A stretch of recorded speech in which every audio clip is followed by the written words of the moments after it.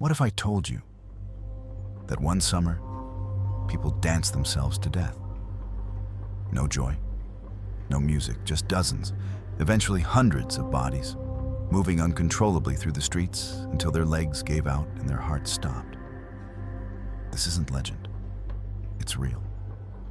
In 1518, the city of Strasbourg witnessed something no one could explain. It was chaos, possession, or maybe something even darker.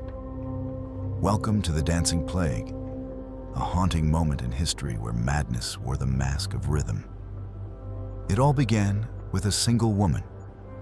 One hot July afternoon, she stepped into the street and started to dance. There was no music, no celebration. She didn't laugh or speak.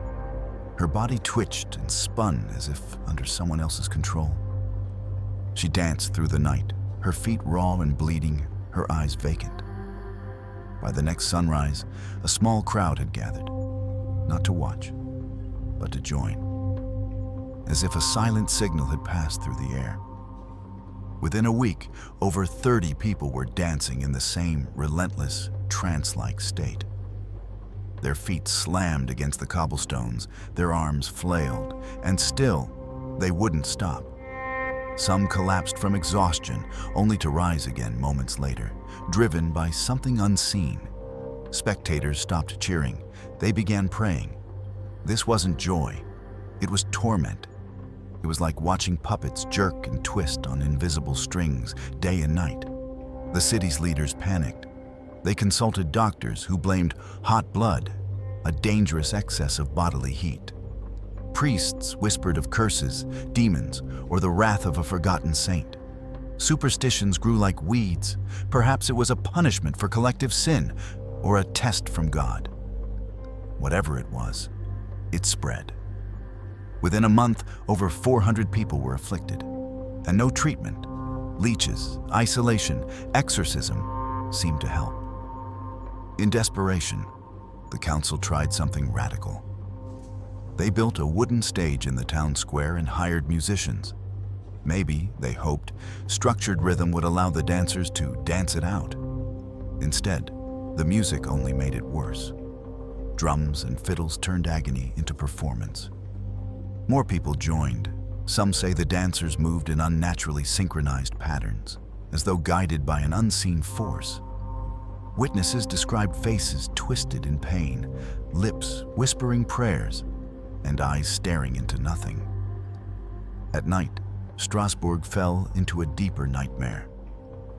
Locals lit candles in their windows, terrified by the sounds that continued into the dark. Whispers traveled fast, figures pacing rooftops, tall, faceless shapes slipping through alleys. Others claimed to hear the same rhythm echoing in the silence, like a ghostly drum still playing.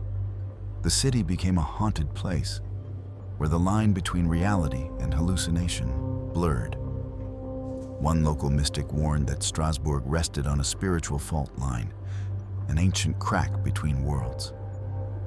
He believed something had seeped through, something that fed not on flesh, but on energy, fear, and motion. The dancers, he said, were not just sick. They were vessels, chosen bodies hosting something from beyond. The idea terrified people, but no one could disprove it. After all, what disease makes you dance until death? Then, just as suddenly as it began, it stopped. One morning, the music was gone. The stage was empty. The dancers had fallen. Some survived, barely able to walk or speak again. Others were changed forever, haunted, silent, lost. The city that had echoed with feet and screams now stood eerily still. Yet the fear remained. Parents warned their children, and elders muttered prayers for decades to come. The ground itself, some believed, had never really been cleansed. Modern historians have tried to explain it. Some blame ergot poisoning from moldy bread, which causes hallucinations. Others say it was mass hysteria, born of stress, starvation, or spiritual anxiety. But these theories fall short. They don't explain why so many danced in sync, why they couldn't stop, or why some claim to see things no one else could. To this day, no one truly knows what possessed Strasbourg in 1518.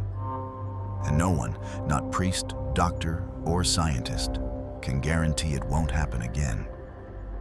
What do you believe what happened? Comment your thoughts.